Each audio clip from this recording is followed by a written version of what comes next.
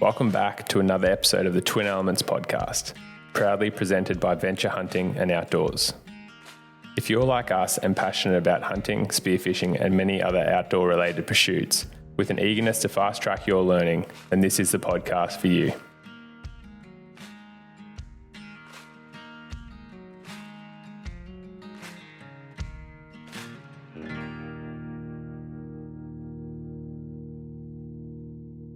Hey legends, welcome back to another episode of the Twin Elements podcast. Today it's your host James Doumtsis, and I feel like it's been quite a while since I've done a solo podcast, but we've just come back from the infamous Strathburn station up there at Kayuga Adventures with Maddie Moore, and I just wanted to jump in while it's still fresh. We've only been home for a couple of days, settling back into normal life, and just do a podcast of my highs and lows, lessons that I learnt, and a few mistakes that I want to share with you guys. So hopefully you guys can get a few takeaway lessons from that, and maybe even inspire a few of you legends to get up there and go on the hunt for yourself, because it was an absolutely fantastic time. So without giving too much away then, we will jump into the podcast. Very rare nowadays that something comes into our hunting arsenal and completely revolutionises how we do something. But the walk and stalk game bar and lift kit has done just that. This combination has taken our field butchering to the next level. The game bar has 7 features, including a trekking pole, drag bar, shooting sticks, bino attachments, and so much more. The lift kit or pulley system filled a massive hole I always saw in the market. A lightweight system weighing in at only 270 grams that could fit in your pack, but strong enough to lift a 200 kilo animal off the ground, leading to easier butchering and better meat care. It's a piece of equipment that every hunter needs. Check out Walk and Stalk on their website, www.walkandstalkstore.com, and use code TWIN15 to get 15% off your order. So firstly, I just want to thank Maddie Moore, the owner of Kayuga Adventures up there, once again for having us up there at Strathburn Station. It's a very iconic place. They get dozens of hunters every year, and they've had hundreds of hunters during the life of the safari, and even before that. Like it's one of those iconic stations or iconic places in Australia where I really encourage every hunter to get to.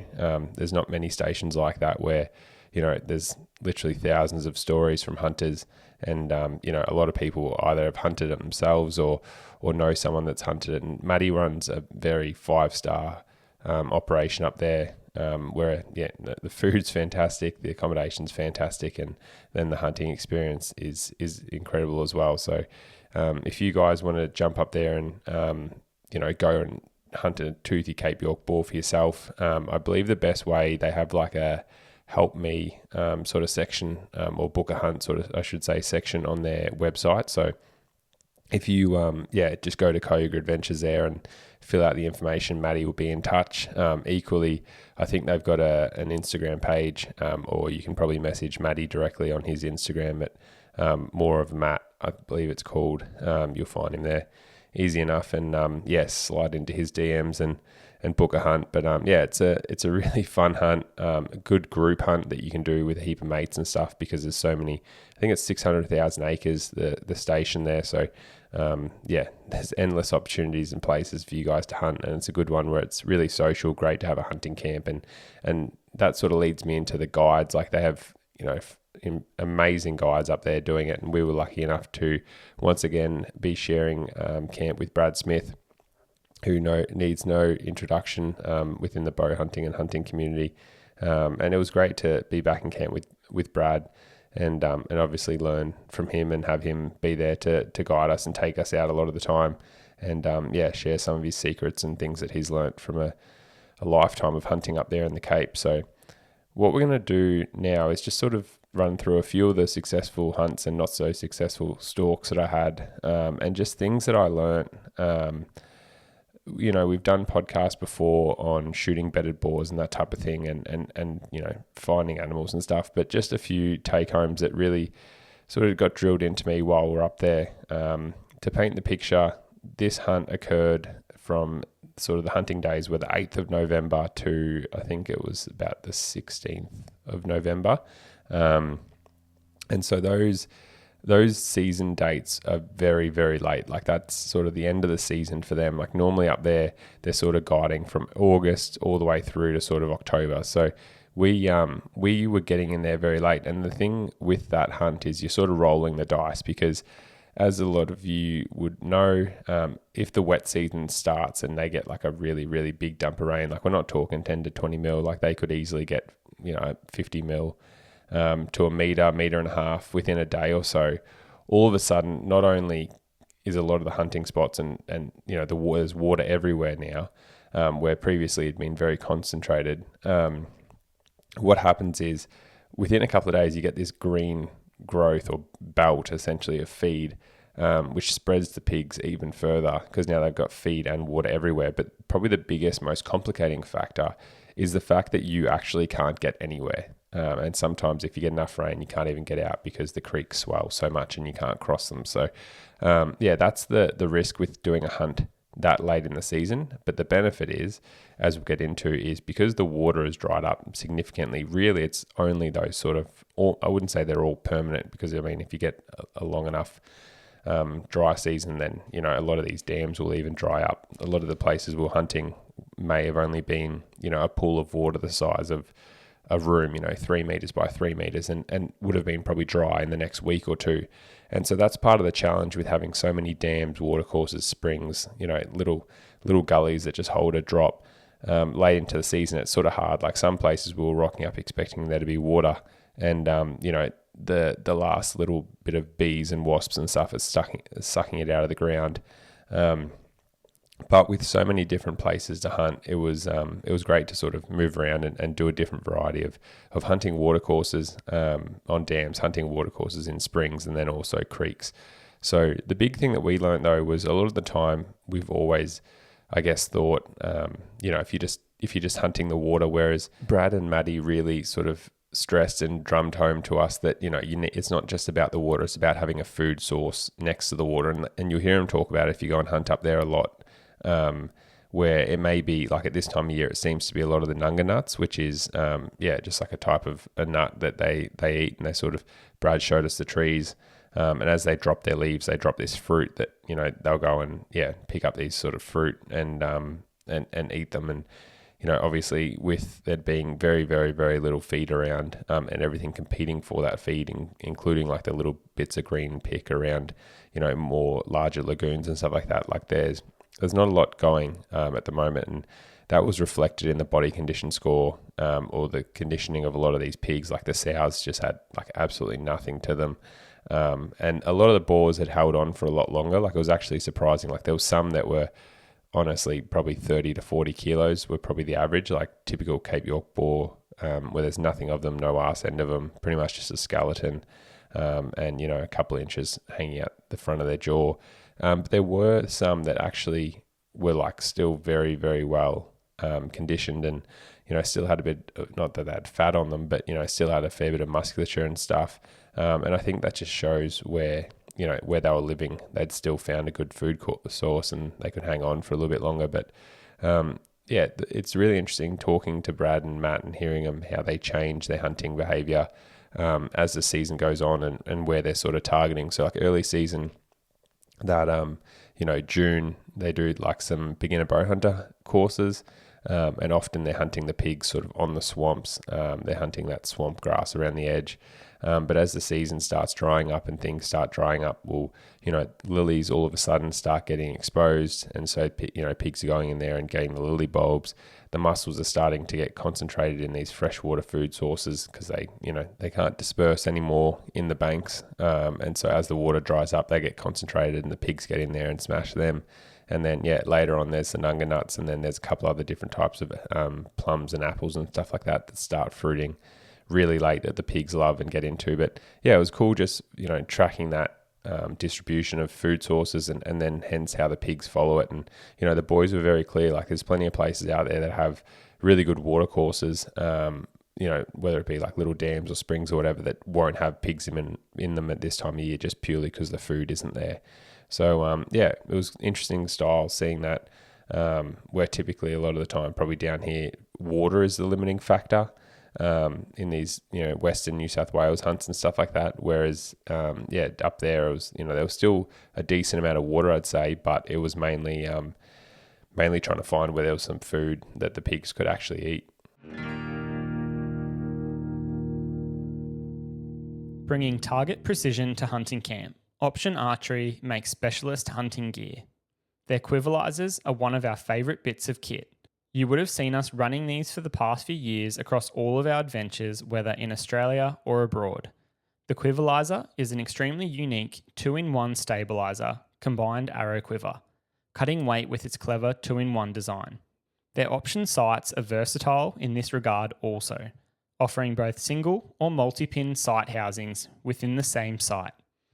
I run the Option 4S sight. That's one single pin sight paired with the 3 fixed pin options within the sight housing. As currently constructed, I can easily shoot 20, 30, 40 or 50 metres with the fixed pins present, or simply flip them out of the way and utilise a single pin slider. My slider allows me to shoot from 20 all the way out to 80 if desired and covers absolutely every scenario.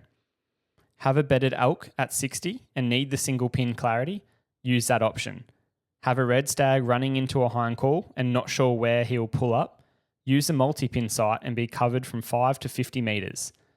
We love these incredible products from Option Archery and know you will too. Shop their products today by checking out their website. So another interesting factor about this hunt, like I said, it was the build up to the wet. And Maddie was starting, because he fights the fires up there, to prevent the place from burning out. And we're talking fairly regularly leading up to the trip, and he was telling me how he was starting to get these little storms, and he's praying that they get rain so they don't get fires, and I'm sitting there hoping that they don't get rain because it doesn't disperse the pigs. And we had a fair few. The first 2 days were really, well, I wouldn't say really, really hot, but they were quite warm. They were probably 35 to 37 degrees, pretty high humidity. And we found that a lot of the pigs were on or in the water. Whereas what happened after the trip sort of progressed, we started getting a fair few afternoon showers, and that was interesting, just seeing how the boys sort of reacted to that. Obviously being very seasoned hunters up there, it was like, I remember we got like a really good soaking of rain. Like we probably would have got 25, 30, maybe even a bit more around the house and a few other places. And I guess the benefit of having a place to hunt that's so big, the next day I was sort of like saying to Brad, like, oh, how's this going to affect us and stuff? He's like, oh, it's fine. We'll just go and find where it hasn't rained, and it's dry. And so we end up doing like a pretty big loop of the place. Like I think it was about over sort of 100k loop. There's not many places that you can drive 100k's and still be on the same place without driving in circles. But we did this massive sort of loop and ended up finding that in the bottom sort of southwest corner, they hadn't had nearly as much rain. And so we'd be like approaching a dam, and you could see where the droplets had like gone into the sand and stuff. And Brad would, he'd look at us and point at the ground, and then like we'd get there and he'd be like, yeah, I knew there wasn't going to be anything in here because we've had rain and the sand's going to be soft. The pigs don't have to be bedded on the cool ridges or, up in they don't have to be in the water. Like they can just bed up in the sand, like the cool sand in the shade and stuff like that.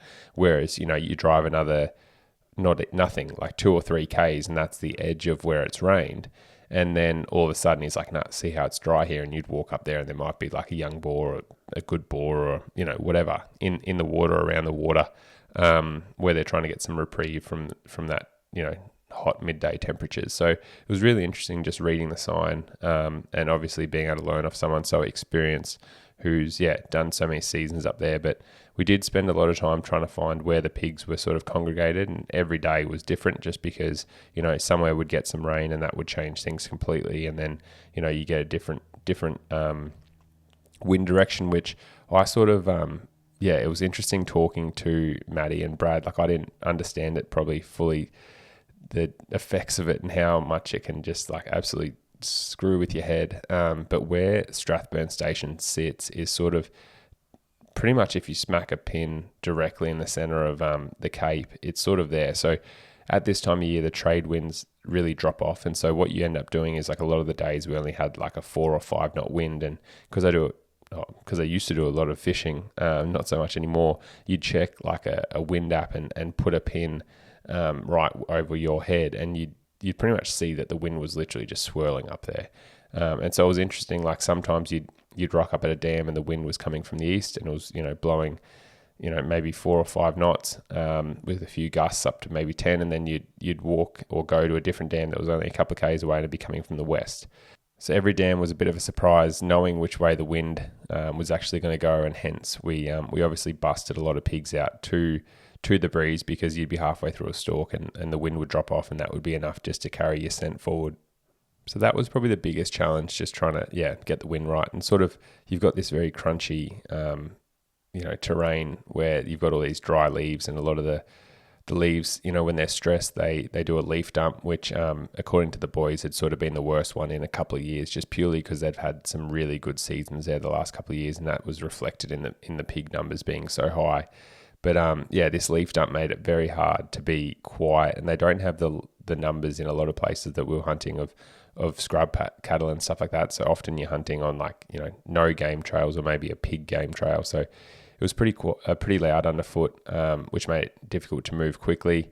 And then, so often we were getting winded in those final moments. But just a couple of stalks that I, want to share with you guys. And that was one day we went out to it was after we'd had a heap of rain, and we actually went out to a pretty remote creek right on the edge of the boundary. And Brad was saying it's pretty cool because they've got so many places to hunt. It was like, oh, when was the last time you were here? And Brad might be like, oh, I was, came through here seven years ago. So I think this creek, he actually said he'd been there about 4 or 5 years ago with Ben Chambers, I believe. And they'd found it and found a couple of pockets of water. And we were walking down it, and Brad had this fantastic nature where unless he was like seeing pigs immediately, he just sort of wasn't satisfied, because he knows how many pigs there and the numbers there. And if he's just not seeing the sign, he, he's not seeing fresh beds or rooting up or whatever, or tracks. And because we were getting this rain, you can pretty easily see if there's been tracks and stuff. And often was the case, we'd walk and not see anything, and all of a sudden, boom, you find a set of tracks, and pretty quickly, you're busting a boar out or having an opportunity on a boar. And we often found that there was a couple of boars bedded together. And what actually happened was Brad sort of said, oh, we'll leapfrog up to in front of us, and we'd walked probably I don't know, maybe a K or 700 meters to a K of this creek, and all we'd found was a family mob. We kept walking, and we met Brad at the car, and we drove up another probably 400 meters, not even to 300 meters, and we looked into the creek, and we're like, there's some pretty good trees in this creek and some pretty high banks. So we're like, we just stop and we'll just walk, because it was only probably 30 or 40 meters to the edge of the bank. And anyway, me and Brad jumped out, and I looked at Brad, I should probably have my bow right now. It's going to be one of these things. And anyway, we got to the edge of the bank and looked up and down, and pretty quickly I looked down back to where we'd almost parked and got in the car, and said to Brad, I'm like, I'm pretty sure there's a boar there. And he was bedded, sort of not directly. It was interesting seeing these pigs, how they're bedded and stuff like that. They bed in these obscure shapes, as a lot of you guys can imagine, or probably seen from Brad's films, or a couple of our films maybe in the Northern Territory. They just bed so awkwardly often, with so much stuff and debris in the way, and it's really hard to just sort of imagine how they're bedded sometimes when you can see so little of them in the grass, or in the logs, or in thick vegetation. And lucky for me, this fella was bedded in the sand, and what we would call in sternal. So he had his legs sort of tucked up next to him, and then his front legs tucked up next to him, and then his back legs tucked up underneath him. And we ended up looping back, and there wasn't really, because of the wind and where he was looking, he was looking down the creek, which would have been my preferred way of coming in, but there was no cover, and that's how he was looking. So that wasn't an option. I couldn't come down the creek because I would have got winded the other direction. So we pretty much had to come straight in on him. The problem was there was this thick vine that sort of didn't really limit where I could get to and shoot from. It sort of blocked out 80% of where I could shoot. So then that just left this tiny patch of probably, maybe 5 meters of saplings. And so really it was just trying to pick a route to get into there. So I just slowly etched my way into there and ended up kneeling down. And I think the shot was about 26 meters. And I'd like picked the point of his elbow as the point. He was like slightly quartering on to me as well, just slightly. And I picked the point of his elbow and sort of wanted to go about an inch above that. And what I ended up doing was going, I did go an inch above that, but I also went about 2 inches right. And this is where it's like really important with bedded boars to, to reiterate and go over, like take your time, really glass up and imagine where, exactly how they're bedded, because as we'll discuss through this podcast, like 3 or 4, or not even 1 or 2 inches, because they're all sort of angled shots, if that makes sense. Like the wrong angle and 1 inch out can be the difference between being in the vitals or being outside the vitals. And when they're standing, you just have that a lot bigger margin of error. Like it sounds crazy that an inch or 2 can throw you so much out, but it's like when these pigs are only 6 or 7 inches wide, like if you're trying to shoot them and they're lying flat on their side and you're trying to shoot them, down the spine or, in the bottom of their brisket angling forward or whatever, if you're 2 inches higher or 2 inches left or right, like that could be the difference between it going, gut through to liver and coming out the top of their back, or it could be and being a very hard blood trail or not finding that pig, or it could be the difference of being too far forward and coming out, it's gone in, maybe only clipped the bottom of one lung, maybe, and then gone out, the top of their neck or something without ever finding the pig. Or if you're an inch high or an inch low, it might just be outside that chest cavity and you might just go between their chest cavity and their scapula and pop out their back or whatever. Like there's so much more margin of error, as you'll hear. Whereas if they're broadside standing there or quartering away, well, depending on the angle of quartering away, but especially broadside, like if they're broadside and you're aiming for that top of the heart there and you go 2 inches forward, well, you're just going to be getting, still pretty good lung and you're going to find that pig. It might go, 80 or 100 meters, but you're still most likely going to find it. If it's 2 inches high and, it's broadside, well, you're probably going to get high lung and you're still probably going to find the pig and it might just run 100 meters. If you go back a bit, you're still probably going to get the back of the lung, maybe some liver, and I'd say you still got a fairly good chance. And obviously if you go lower, well, you're just taking out the bottom of the heart and he still only made it 20 or 30 yards. So just that margin of error was so much more prominent, I guess, when they were lying down and bedded, especially in these obscure angles and, things and brush in the way, which really just complicated where you could actually shoot. Like often it's pretty difficult work. You're trying to thread an arrow through something. So you've got a weird angle compounded by the fact that there's brush and stuff in the way. You're often shooting in positions that you're not that familiar with, and hence, ended up shooting this fella. Like I said, I was got the height right. I was just 2 inches back off the point of that elbow. And interestingly enough, like I had Aiden on one side filming, Brad filming on the other.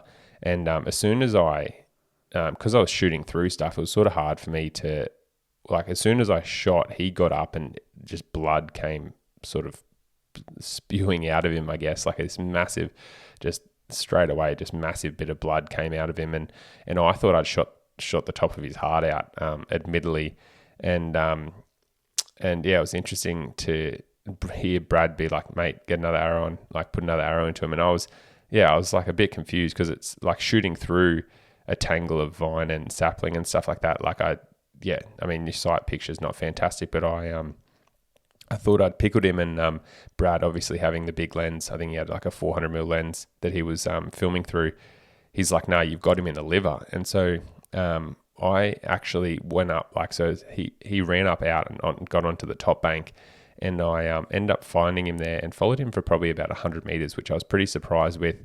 And then put a second shot into him, like snuck in as he sort of stood there feeling pretty sorry for himself, put a second shot in, and that one was perfect. Like went through the top of his heart and he ran 20 yards and toppled over. But it was, just a bit like you see blood come flying out straight away. And I thought I'd pickled him, like I said, and obviously lucky to have Brad there on the big lens and not only be able to review the shot, because when I actually watched the shot, it's not that I just didn't hit where I aimed, and that's where, like I said, like an inch or two either direction can change it severely. And it wasn't until we opened him up that we found out that, yeah, I'd pretty much smoked him like directly in the liver. And just like center of mass liver, done it. And obviously I'm using the 175 grain pilot cut with the bleeders. So that's a horrific head. Single bevel obviously helping me there.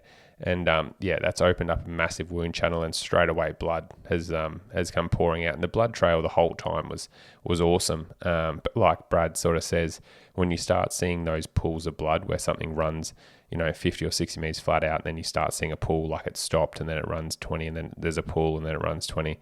Those are often the critters that you don't find unless you get a second arrow into them, or if you get lucky. And you can find them after they've sort of gone somewhere, bedded up, relaxed again, and then deceased. But yeah, when you start seeing those pools of blood, yeah, definitely sort of start getting nervous, I guess, because that's obviously where they haven't just run out and died. They've still got their wits. They're stopping. They're listening back. What's happening? And then when we did the autopsy, like I said, I'd pretty much come in. I can't even remember. I don't think I even got the back of a lung. I think I literally just went in straight through the liver and just cut like a massive slice through that. I had cut some vessels in there, but obviously not enough that he'd just gone and dropped dead. But yeah, discussing that, I mean, it's interesting. The liver does have really good regenerative capabilities, evident by, a few of the people on here having 10 beers a day, I'm sure. They can testament to how good the liver can heal. But the in terms of this arrow, like it went straight through the center of it. I think the liver would have healed up fine. It's just whether he would have been in good enough condition to sort of park up and withstand that blood loss, and then also keep on sort of healing and get back out there. So we weren't really sure if he would have actually survived the shot. He definitely would have kept going. But yeah, that second shot straight through the top of the heart.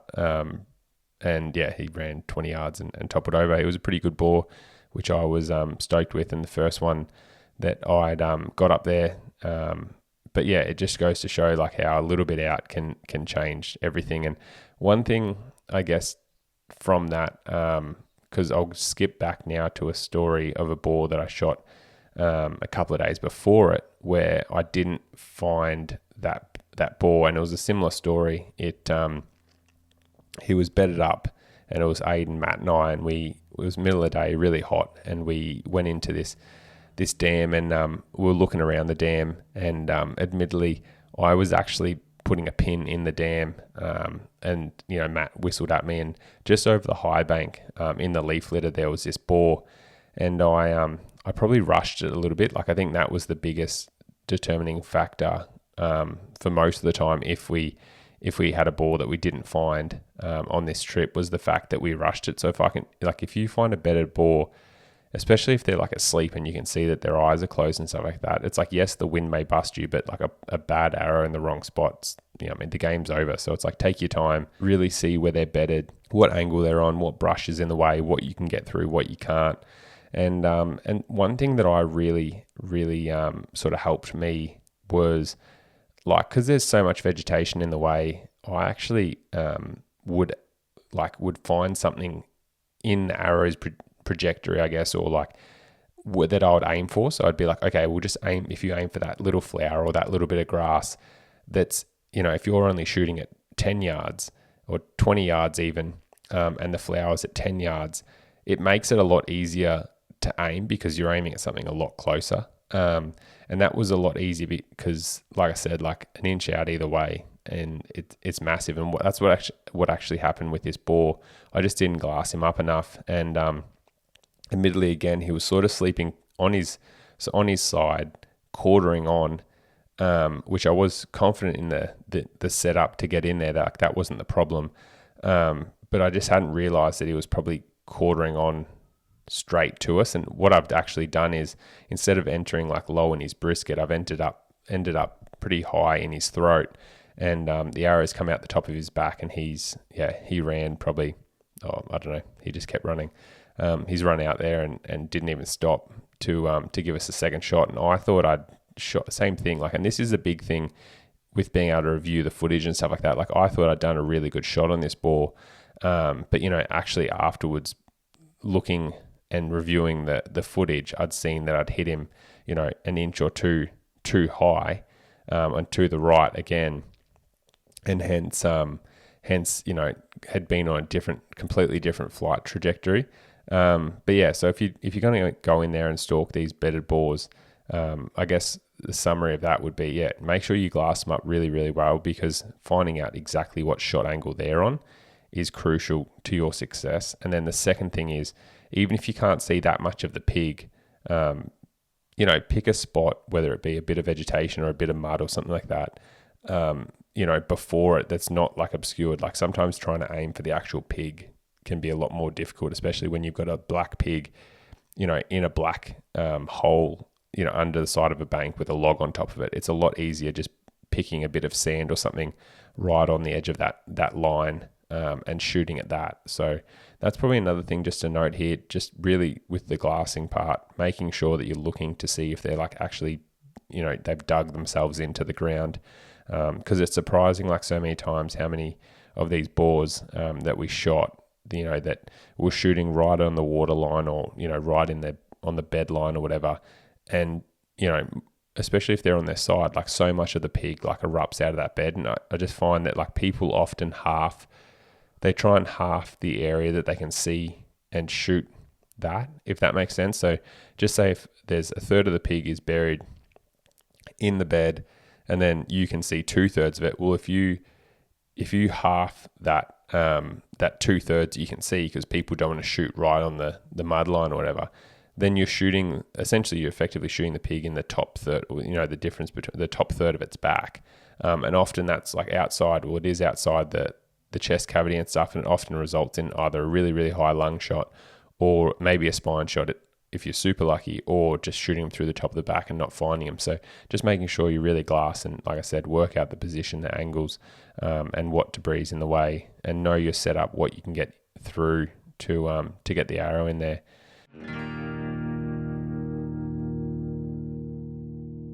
When you spend your days pushing ridgelines, side-hilling in the dark, and crossing country that doesn't forgive mistakes, your boots aren't just gear, they're your foundation. That's why I run the Lower Ranger GTX 3s. Handcrafted leather, a rock-solid Vibram sole, and full Gore-Tex waterproofing that actually holds up when the weather turns. These boots break in quick, stay comfortable under weight, and give you the support you need when the mountain starts fighting back. If you want a boot for real miles in real country, check out the Lower Ranger GTX 3s. Jump on the Lower website today to order a pair and use code TWINELEMENTS10 to get 10% off your order. Something else that happened early on in the trip, which apparently is part of the adventure at Kayuga Adventures, as they call it, was we, Maddie, Aiden and I think it was the second morning, went out to go and look for a boar, and we'd probably gone about, maybe 5 or 10 Ks from camp, and we had a few car issues, and a little fire got lit under the engine. Maddie put that out, and we ended up just sitting there sending a message via Garmin, which I'd done incorrectly the first time, so I'll admit that, and then resend a message, and our, the cavalry arrived and saved us. But while we were sitting there, we were talking about, the day 6 shafts and their components, specifically around the arrow and obviously the pilot cut, and talking about like the quality of the steel in the Kayuga and stuff like that. And like, it was really interesting talking to Maddie, and obviously, having one of the founders there of Kayuga Broadheads, and being able to talk about, all the testing and engineering and stuff that's gone in to make the steel that we often talk about, with the broadheads that we use at Kayuga. And Maddie was like, oh, just shoot a tree. Like, just shoot a tree. And we're like, oh, which one? He's like, oh, that one's like a hardwood over there. So he's like, why don't you shoot that one? That one's going to be like a good test. And he goes, it's a good test of your, like, the components and stuff. So I've got a 30-inch draw, shooting an 80-pound bow. And yeah, it was a pretty new experience. I've hit plenty of trees, or gone through animals and hit plenty of trees, or had it go into roots and stuff like that, hit rocks, but never really like just lined up on a tree at 15 yards. So anyway, the hence a little mark was put on the tree, and stepped out to about 15 yards and ended up shooting this tree, and the arrow probably went in maybe 4 or 5 inches, and it was pretty funny. We're sitting there piss farting around with it, and Maddie's like, I'll just get the chainsaw and cut it out. And we cut out this broadhead from the tree, and it just filled me with so much confidence to unscrew the arrow, and look at that and have the outsert stand up, flex the arrow. Yep, that's all fine. Go back home and shoot that afterwards and be fine. But especially for me, the broadhead as well, like, going and get pliers and finally ripping it out of the tree. And it was interesting to see that not even like the edges were scuffed up, even the bleeders had held up, which was pretty interesting to see. And it just filled me with confidence going forward. It's like, okay, well, if you can, with my sort of setup, shoot straight into a tree, that's going to be as hard as any scapula or any, humerus or bone or ribs or anything like that you're going to see here in Australia or abroad. And so it just, filled me with confidence knowing that we're using, and I mean, I always believed it, but I've, like I said, sort of a rare test to go out there and be like, I'm going to specifically go and smoke that tree broadside at 15 yards.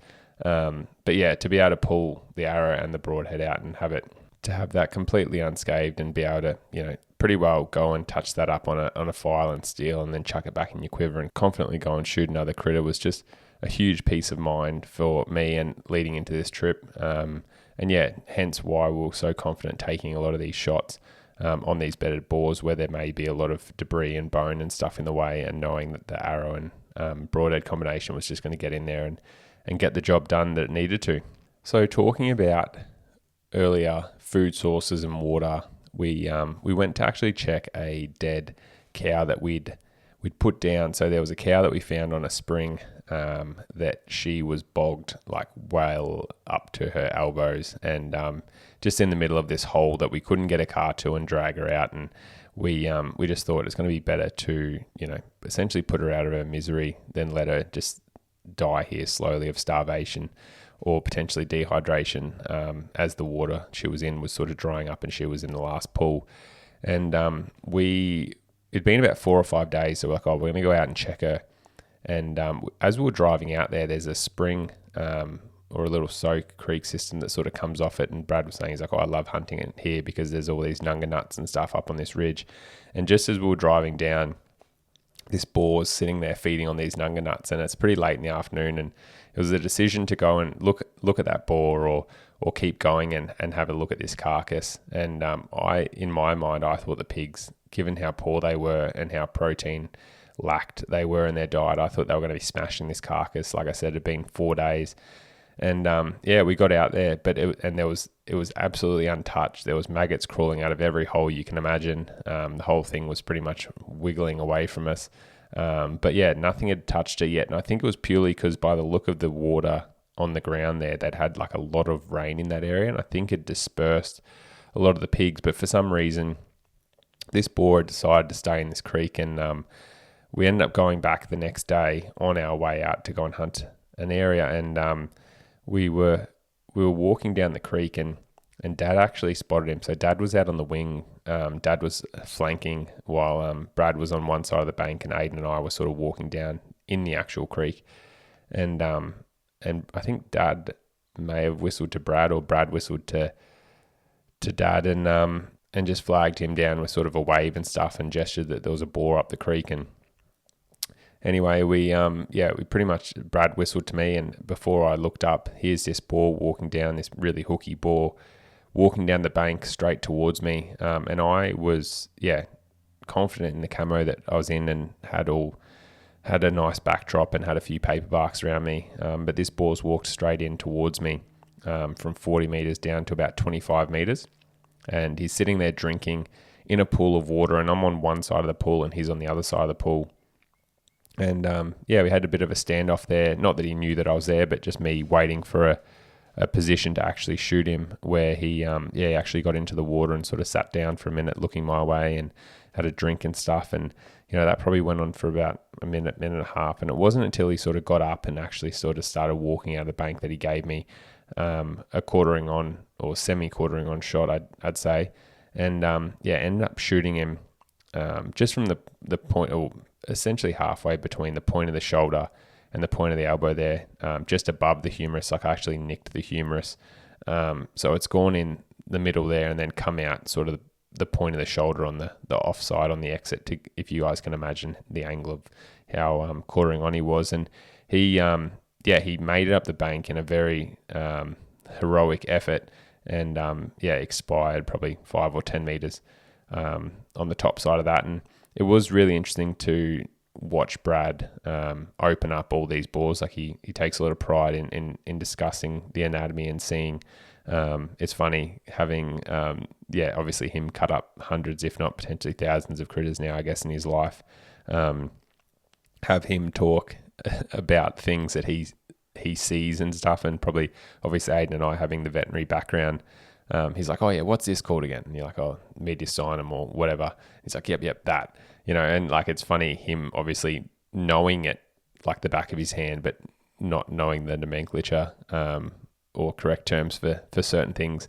It was really interesting sort of talking to him about things that he's seen and learn off him and shots and stuff like that. But in the case of this boar, he was very lucky, or not so lucky, I don't know how you want to see it, but he once again pretty much took out the center of his heart with 175 grain pilot with the bleeders. So he, as you can imagine, did not get very far. He probably was lights out in about 3 or 4 seconds, which is sort of what we expected.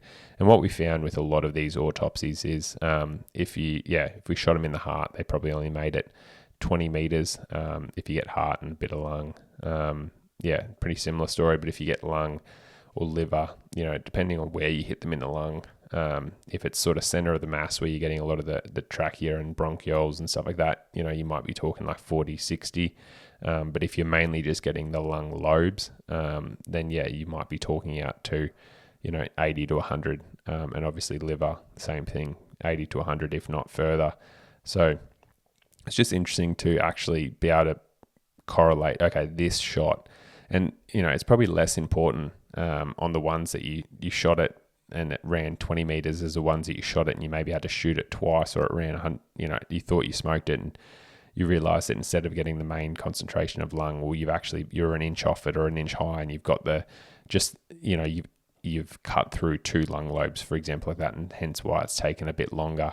It was really interesting to see, but also just help you to imagine the anatomy. Like for me, I realized that I probably shoot a lot of boars instead of between the point of the shoulder and the point of the elbow. I was shooting a lot of them off the point of the shoulder, which, if I was shooting them right on that point of the shoulder, then I was probably taking out the heart. But there was a couple of ones that if I was high and even an inch back, you're sort of in that no man's land, as we like to call it, where you're behind the heart, so you're not getting that.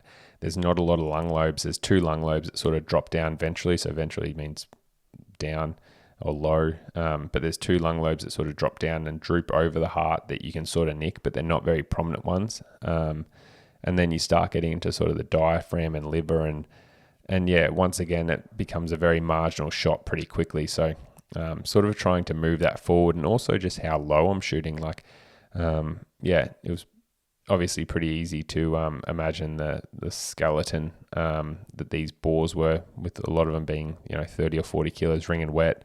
You can really make out the outline, the bone and stuff in them, and really try and hug that humerus and sink it right in there into the heart. And that obviously was the most ethical and successful shot. But I just realized that I may have been going probably an inch higher, not necessarily trying to avoid the bone, but just sort of misjudging exactly where the heart was sitting. I thought it was a little bit higher with the brisket and everything like that, but no, it's right down there low. And so you really do need to be sort of down in the bottom of their chest. And hence that boar was with a very theatrical show, only able to make it to the top of the bank and expired pretty quickly.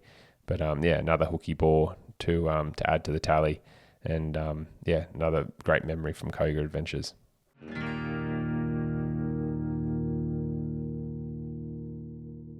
Ever dreamed about hunting chittle deer? Well, you need to know about spotted safaris.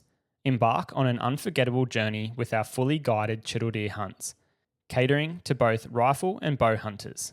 Spotted Safaris is conducted in the heart of the Basalt Wall region, North Queensland, Australia. We specialise in catering to all experience and fitness levels of our clients, providing trophy chittle stag hunts as well as beginner-focused adventures and meat hunts. With over 15 years' experience bow hunting chittle deer, our guides know these animals and the grounds they hunt like the back of their hands. With opportunities to also hunt infamous basalt boars, experience spectacular wildlife viewing and stunning scenery whilst on tour, there really is something for everyone at Spotted Safaris. Inquire today by emailing spottedsafaris@hotmail.com or simply jump online, find them on Instagram or Facebook and send them a DM to start the conversation today. A dream chittle stag hunt is closer than you might think. So my last boar that I shot on the trip was a little bit of a interesting story. We, Dad and Aiden, there was a lot of cows, like in the first couple of days before it started getting a little bit of rain. We pretty much found, like with every walk, we found like a wallaby in a dam or a down cow, we think we're just getting cast. So cast is a term where essentially their feet, they just get, they move too far and their feet get above them a little bit, and they just can't use their momentum. They're too weak to actually roll and get back up. And so, we had that one that had got stuck in the swamp. We had Dad and Brad had found this one and put it out of the misery. It essentially dug a big hole where it was its legs were on the high side of it on this tiny little bank, and its sort of spine was on the low side, and it done a good job trying to dig itself out, trying to get back up, but just didn't have the strength and energy to get back up. And they put it out of its misery, and we were coming back one afternoon, and we thought, we'll go and check this carcass, and we decided on the way in there that Dad was going to be the one stalking it, and I was just going to have my bow in as backup sort of thing if something else was on the wings or whatever. And so we had 3 cameras, and we've moved in there, and as we're moving in there, we had a pretty cool encounter with a wild dog that sort of walked past us, and Dad didn't shoot it, but just had him or her, I believe, actually walk through it about 25 meters, just through some thick vegetation that Dad couldn't shoot through, and couldn't find a hole, and then eventually winded us. But it was interesting just seeing them. They're beautiful animals, as much havoc as they wreak on the cattle up there. They are really cool to see. And we moved in on this mob of pigs that we could hear feeding on the carcass, and admittedly we were hoping that there was going to be a boar amongst them, but interestingly enough, it was just a mob of sows and suckers and stuff like that. And so we were sitting there getting some pretty cool footage of them just absolutely tearing shreds off this carcass. They sort of moved off. There was, I believe, only one sow left, and even she moved off by the time the boars got there. But just as the sort of sun was setting, that last sort of 5 minutes of light, in typical fashion, these boars came moving in, and 2 sort of decent boars came moving through. And one boar sort of went for love, and he moved out the back to where we could still see the mob sort of carrying on, and one boar went for his stomach, and that was the one that was a bit unlucky, and he moved in there, and for ages, admittedly, he was just feeding front onto us. And anyway, Dad, it was Dad's turn to shoot, but I don't know if it was the combination of Dad's 61, so I don't know if it was necessarily like his eyesight, or maybe just the pins on his sight weren't bright. He just really, like, and we're talking, it was quite dark, like it was at twilight. He just couldn't see, and wasn't confident to make an ethical shot, so he sort of whistled to me, where I was only maybe 3 or 4 meters behind him, and just whispered and said, "Oh, do you think you'll be able to see?" And I was like, "Yeah, I'll definitely be able to, see everything that I need to." And I've sort of passed Brad the camera, and picked up my bow and put an arrow on, and just took a couple of steps forward as this pig was feeding, and it was it moved to broadside, and was feeding happily on the carcass at probably 18 to 20 meters, and I think like I said, a couple of factors, maybe a set of younger eyes, but definitely that option site, just having super bright pins and being quite a new site, like it's only 9 months old or something, definitely helped. But yeah, was able to draw back, and obviously a black of night with a black animal with no mud or anything on it makes it sort of super hard to shoot. But all I did, and this is probably one of the factors that I really like about this option sight, is the fact that you can have it as a single pin sight or have it as a multi-pin sight. So I just left it as a multi-pin sight, and it's got the horizontal pins, and I knew I was at roughly 20 meters. So I just drew back and could see my 20 and 30 pin, and I just held, I know the distance and everything like that, like I just held my 30 meter pin off the bottom of him, knowing that my 20 meter pin would essentially be on his brisket. And so it was a lot easier for me to silhouette the 30 meter pin underneath him as it was to actually hold the 20 meter pin on him and aim, because it was black. And then all I did was essentially have the pin off of him, right behind his front leg. And then all I've done, because he was broadside, is just move that pin like 2 inches forward, so that the 30 pin got the height right, having 20 and 30, and then moved it forward 2 inches so that the 30 pin was then on the center of his leg. So all of a sudden, I'm shooting straight up his leg, and pretty much at the level of his brisket, and shot him. And in a big theatrical, because there was all dust and everything like that, he's ran probably 5 meters and fell over pretty quickly. Once again, just taking out the top of his heart there. But yeah, just a good tip for you guys. Like, obviously if you got multi-pin, it helps, but yeah, just trying to use the silhouette. I've done it a couple of times before with shooting boars or anything in super low light. And then also sometimes you'll open, so I shoot with my right eye. So yeah, open up your left eye so you can see a bit better, and then close it, and do that a couple of times. It is a bit of a process. You don't really want to be doing it on something that's moving, but if you've got something feeding at close range, then yeah, you can definitely get an ethical shot away. And hence this boar only made it 5 meters after the shot and taking out his heart. So another hooky boar to add to the tally, and just capped off an awesome trip that we had up there. I think I was just people always talk about Kayuga Adventures. I was definitely very surprised with the caliber of the boars that we're seeing up there, and also just the number. Like, I think I said it on the other podcast that we did with Maddie and Brad, and I don't want to set the expectation and bar too high. But yeah, it was nothing for us to see 5 to 8 or 9 boars of a day, or a sort of a midday hunt. A lot of those ones, like 90% of those ones, you are busting out of a bed and not really getting a look at. So you don't know if it's the saber-toothed tiger that you've dreamed about for years, or if it's a good-bodied boar with smaller hooks and stuff like that. But just the fact that we're seeing so many pigs, this obviously comes with the disclaimer that it's like, this was the week before they got all their rain for the wet. So it's like, this is the week, essentially, that all the pigs are concentrated on very limited number of food sources and water. So obviously, as the season, they still concentrate on food sources, like even in June and July and stuff like that, when there's water everywhere.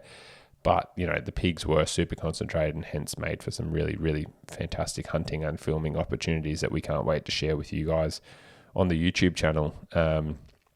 It was pretty cool afterwards to be able to spend a day with Brad and Maddie and get them, to go out for a hunt. And they shot a couple of boars each, which was really cool to see, the guides sort of, be able to relax finally and go out and, do obviously something they're so super passionate about, and go for a hunt and go for a shot, and get a couple of good boars on the deck. So it was awesome just to spend time with, obviously at a very iconic place, but also just with some really special people within the bow hunting community. And definitely say I learned a lot from those guys. They're a wealth of knowledge. So whether you're class yourself as that super experienced bow hunter, or whether you think you've got a fair bit to learn, whether it be on the gear side or the animal behavior side, or shooting and that type of stuff, there's plenty there to learn up there. So next year, as in 2026, is going to be their last year. So I'd advise anyone that's been ever thinking about getting up to Kayuga Adventures, now is the time, because that opportunity will be sadly gone, with another place going to carbon credits at the end of 2026. So if you've ever had aspirations to get up there and go and hunt a saber-tooth, a really hooky boar, or even just spend some time in camp with Brad and Maddie and stuff in summers, and they've got some really good guides up there. So go up there, learn a ton, have an absolute ball, and and hopefully get a few hooky boars on the deck and plenty of experience. So that's it for this week's podcast. I didn't get an FAQ sorted for this one, just purely because we've only just got back and trying to get everything sorted footage-wise and life-wise, and everything like that. But we'll start jumping back into FAQs in the future, and start tackling those ones. But just wanted to do this podcast while I was still fresh on the mind. All the highs and lows from the trip and the big takeaways. But once again, thank you, Maddie and Brad, for having us up there at Kayuga Adventures. And thank you to our loyal listeners who tune in every week and listen to this podcast. We really appreciate it, and hopefully you learn from plenty of these podcasts. So if you've got any specific topics you want us to do leading up into the new year, please let us know. The rut is going to be upon us in the not too distant future, so we'll probably start rolling out a few of them shortly. But otherwise, thank you very much, guys, for tuning in to another episode of the Twin Elements podcast, and we'll catch you all next time.